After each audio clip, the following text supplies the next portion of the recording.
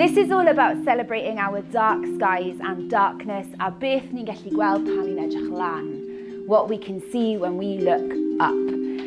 If you look up, what you see above your head at night is relatively unchanged from what would have been up there 2,000 years ago. You might bring someone here from 2,000 years ago and land them right here, and they'd look around and they would say, "My popeth wedi newid. Everything has changed." But then they would look up and they would see something that was familiar to them. Pan oedd y bobl amser maith yn ôl yn edrych lan, when they looked up, they saw shapes in the sky. They saw bears. They saw men who hunted and ploughed the land. They saw crowns.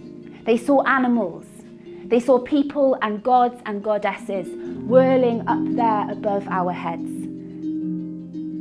I've come to see the stars and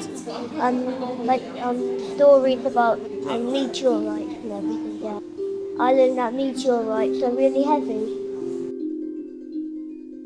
I think it's a great way of sort of bringing the science of where we come from, but also the Welsh stories and the Greek mythology, which also talks about where we come from and what we learn about ourselves and how we link it together with the night sky. So it made a lot of sense. It brought lots of things together all in one.